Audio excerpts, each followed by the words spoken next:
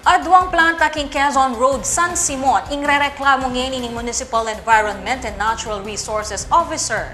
Paulining meya kita ebidensya ni pamaglabag king Republic Act 1903 o mas kilala king Ecological Solid Waste Management ang pong Clean Air Act ng 1999. Ay ning balita ng Patricia Mamangon.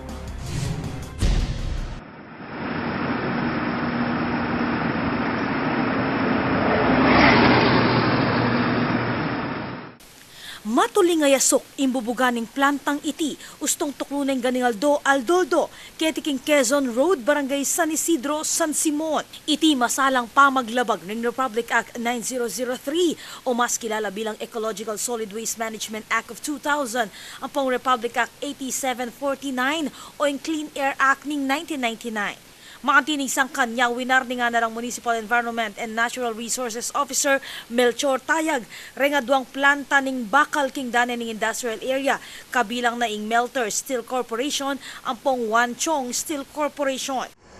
Kaya yan naman, ginawa ko yung pagmamonitor. At yung nakita natin, nakita ko,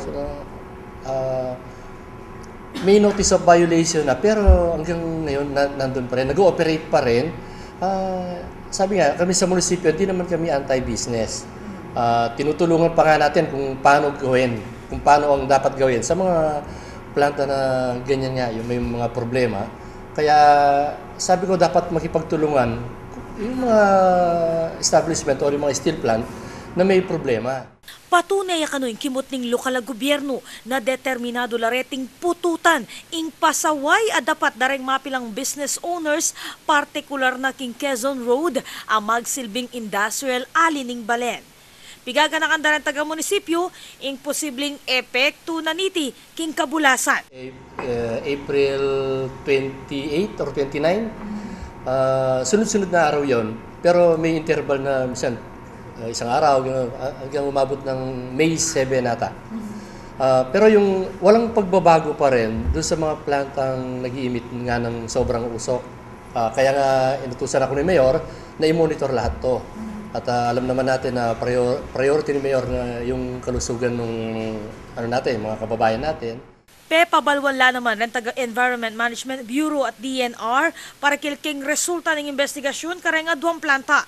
Samantala, kawani kareng aduang planta, metong pang-establisimento ing mibagsak king soil assessment ning pribadong kumpanyang Pure Earth. Nung nukarin, aturing kanong makalaso ning gabun, amayakit king planta ning Celica.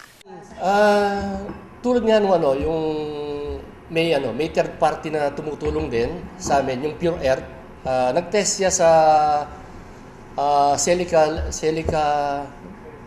lead na bagsak siya sa lahat ng testing.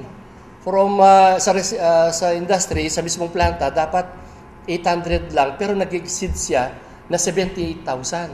From 800, dapat 800 lang. Ginaransya na naman ng lokal na gobyerno na tutukan lang i-monitor ang may banggita planta ang king mag-comply larete king regulasyon at batas ng kalikasan. Ako po, Patricia Mamangon para king News Force, Pampanga. Balitang tutuking Balen, susuyo.